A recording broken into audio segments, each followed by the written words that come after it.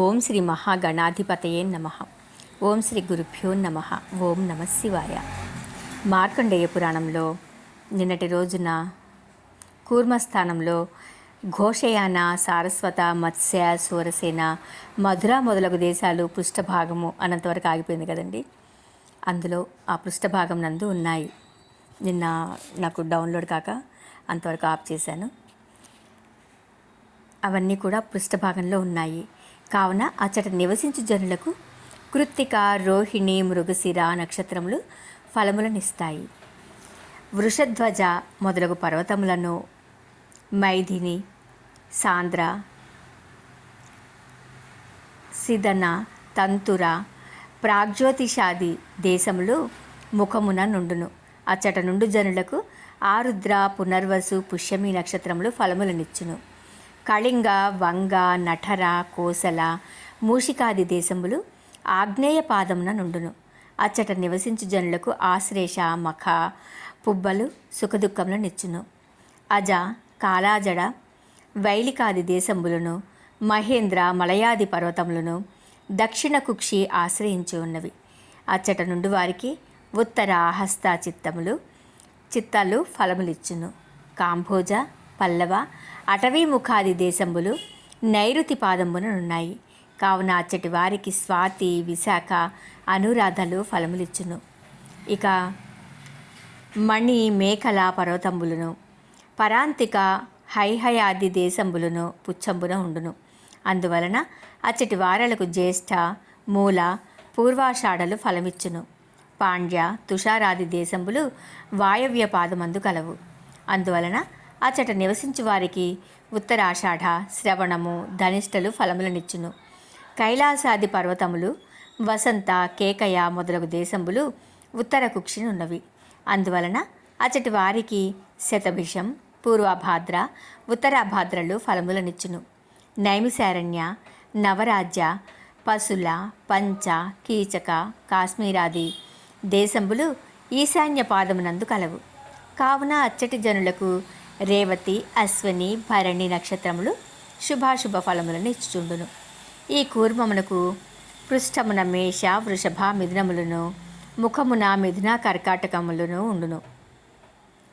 ఆగ్నేయ పాదమున కర్కాటక సింహములను, దక్షిణ కుక్షియందు సింహ, కన్యాదులను, నైరుతి పాదంబున తుల, వృశ్చికమును, పృచ్ఛమున వృశ్చిక, ధనుస్సులను, వాయవ్య పాదమున ధనుస్సు, మకర కుంభములను, ఉత్తర కుక్షియందు కుంభ, మీనములను, ఈశాన్య పాదంబున మీన, మేషంబులను నివసించి ఉండును.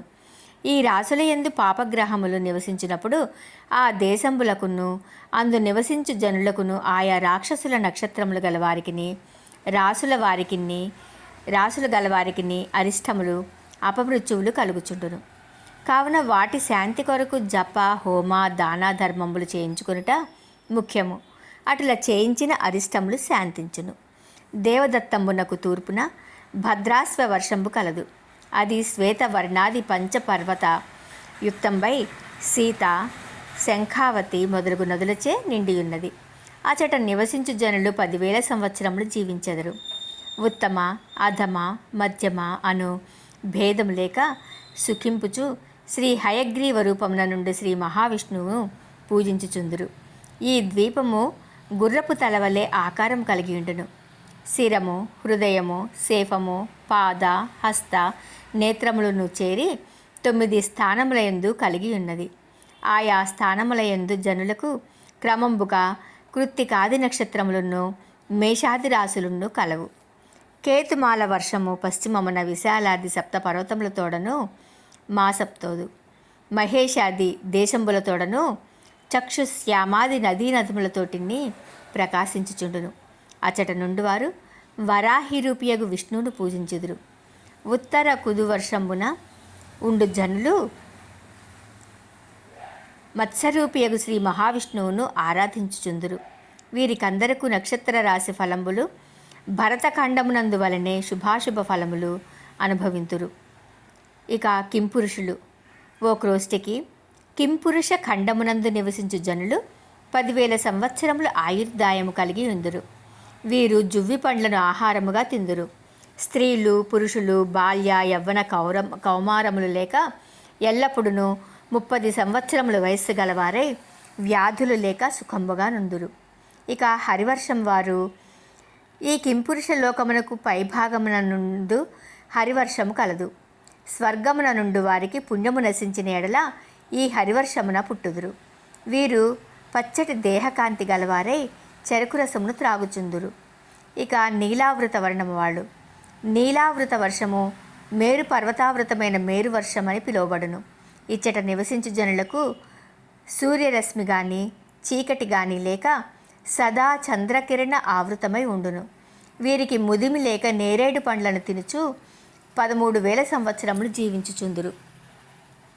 ఇక రమ్యక వర్షము. ఈ నీలావృత వర్షమునకు పైభాగమునందు రమ్యక వర్షము కలదు. ఇచ్చట నుండి వారు మర్రి పండ్లను తినుచు సురత సుఖంబులు అనుభవించుచు 10,000 సంవత్సరములు సుఖముగా ఉంటురు. హిరణ్మయ వర్షము. ఈ రమ్యక వర్షమున ఉత్తర భాగమునందు హిరణ్మయ వర్షము కలదు. అచ్చట బంగారు మయమగు తామర పుష్పముల చేత నిండియున్న ఒక సరోవరంబు కలదు. అచ్చట నుండు జనులు బలము కలవారై యక్షరూపమున నుందురు. ఇక స్వారోచిష మనువు. ఓ క్రోష్టికి మన్వంతరములను చెబుతున్నాను, శ్రద్ధగా వినుము. భూతలోకములను, నక్షత్రములు, రాసులు క్రమమును చెప్పి తిని. ఇప్పుడు స్వాలోషిచాది మన్వంతరములను, ఇంద్రులను, సప్త ఋషులను, మనుపుత్రులను చెప్తూ ఉన్నాను. వరుణా నదీ తీరమునందు అరుణాస్కంద మను పట్టణము కలదు. ఆ పట్టణమున వేదాంగ పారంగతుడును సదాచార సంపన్నుడును అయిన ప్రవరుడను బ్రాహ్మణుడు కలడు. ఆ బ్రాహ్మణునకు భూమి యందు తిరుగువలెనని బుద్ధి కలిగి ఒకనాడు దైవయోగమున మంత్ర తంత్ర ఓషధుల మహాత్మ్యమును తెలిపిన సిద్ధుడు ఒకడు రాగా ప్రవరుడు ఆ సిద్ధును పూజించి సుఖంబుగా కూర్చుండబెట్టి భూమి యందు గల చిత్రములను చెప్పవలసిందని కోరెను. ఆ సిద్ధుడు నదీనద వన పర్వతంబులను పుణ్యక్షేత్ర దివ్యక్షేత్ర మహిమలను తెలిపెను. ఆ మాటలకు ప్రవరుడు ఆశ్చర్యమును పొంది సంతోషించి, మహాత్మా, నీవు పిన్న వయస్కుడవు కదా, నీవు ఇన్ని దేశములను ఇన్ని వింతులను ఎలా చూడగలిగితివి అని ప్రశ్నించెను. సిద్ధుడు ఇలా చెప్తూ ఉన్నాడు. ఓ బ్రాహ్మణ శ్రేష్ఠుడా, మంత్రతంత్రము ఓషధుల మహాత్మ్యము తెలిసిన నేను కామగమనము గలవాడనై అర్ధదినంబుననే అనేక వేల యోజనముల దూరమును పోగలిగితిని అని చెప్పెను. ఆ మాటలను ప్రవరుడు విని చాలా సంతోషమును పొంది, అయ్యా సిద్ధివర్య, నీ మంత్ర ఓషధుల ప్రభావమును నాకు చెప్పుము. ఈ భూమండలమంతయు చూడవలైనని నాకు కోరిక కలదు అని అడిగాను. సిద్ధుడు ప్రవరునకు పాదలేపన ఔషధమును చెప్పి మంత్రమును ఉపదేశము చేసెను. అచట ఆ బ్రాహ్మణుడు ఆ ఔషధంబును పాదంబులకు పూసుకొని మంత్రమును జపించి పోవునప్పుడు అర్ధదినమున 1000 యోజనముల దూరము పోవుటకు తలంచెను. ఆ సంకల్పం ప్రకారము అర్ధదినమునకు హిమవంత పర్వతమునకు పైభాగమునందు దిగెను. ప్రవరుడు అచ్చట దిగి ఆ పర్వతమునందు గల చిత్ర విచిత్రములను చూచుచుండెను. ఆ ప్రకారము తిరుగుచు అందములగు గుహలను చూచుచుండెను. ఆ గుహలు సిద్ధుల చేతను గంధర్వాదుల చేతను సేవింపబడుచుండెను. దేవతలు అప్సరస్సులు తిరుగు స్థలములను చూచుచూ తృప్తిని పొందక నీరు ప్రవహించుచున్న గుహలను చూస్తూ ఉండెను. అచ్చట నెమళ్ళు మొదలగు పక్షుల సంచారమును కలకలంబులను విని ఆనందమును పొందుచు మనస్సు తృప్తిగానక రేపక్కడ రావచ్చునని తలంచి తన మనంబున తన గృహంపునకు వెళ్ళుటకు తలంచెను. కానీ పాదలేపనము నీటి యందు తిరుగుట చేతను మంచు చేతను కరిగిపోయి కామగమనము తగ్గిపోయాను. అది ప్రవరుడు తెలుసుకొని, అయ్యో, నేనేమి చేయుదును? ఈ పర్వతము చాలా పెద్దది, దిగుటకు చాలా ప్రయాసము కలుగచేయును. చాలా దూరము వచ్చి తిని అగ్ని శుశ్రూషాది నిత్యకరములు చెడును. నేను ఇచ్చట ఏమి చేయగలను? ఔషధమా నా వద్ద లేకపోయినని విచారించుచూ తిరుగుచుండెను. ఆ కొండ గుహలయందు వరూధిని అను గంధర్వకాంత ప్రవరాఖ్యను చూచి మోహపరవశయ్యై అతని సమీపమునకు వెళ్ళెను.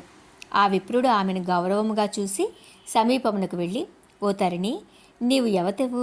ఇచ్చటకు వచ్చుటకు కారణమేమి? నేను బ్రాహ్మణుడను, అరుణాస్పదమను పట్టణము నుండి వచ్చి తిని. నా పాదలేపనము కరిగిపోయినది. ఇప్పుడు నేను పోవుటకు సామర్థ్యము లేని వాడనైతిని అని మధుర వాక్యములను చెప్పెను. ఆ మాటలు వరూధిని విని, ఓ విప్రవర్య, నేను మేనకాయను దేవాంగన పుత్రికను, నన్ను వరూధిని అని పిలిచెదరు. నేను నిన్ను చూచినది మొదలు నా మనస్సు నీ యందు తగులము పొంది మోహమును పొంది ఉన్నాను. భూలోకమునందు గల సుఖముల కంటే దేవతా సుఖములు ఎక్కువ కదా. ఎన్ని యజ్ఞ యాగాదులను చేసినను దేవాంగనుల సౌఖ్యమునకే కదా. అటువంటి నీవు భూలోక సుఖములను వదిలి నన్ను పొంది దేవతా సుఖంబులు అనుభవింపుమని ప్రవరాఖ్యుని కౌగిలించుకొనెను. ప్రవరాఖ్యుడు పరాన్ముఖుడై వరూధిని త్రోచివేచి దూరమునకు పోయి, నేను సర్వకాలములందు పరద్రవ్యములను పరస్త్రీలను కోరని వాడనైతిని.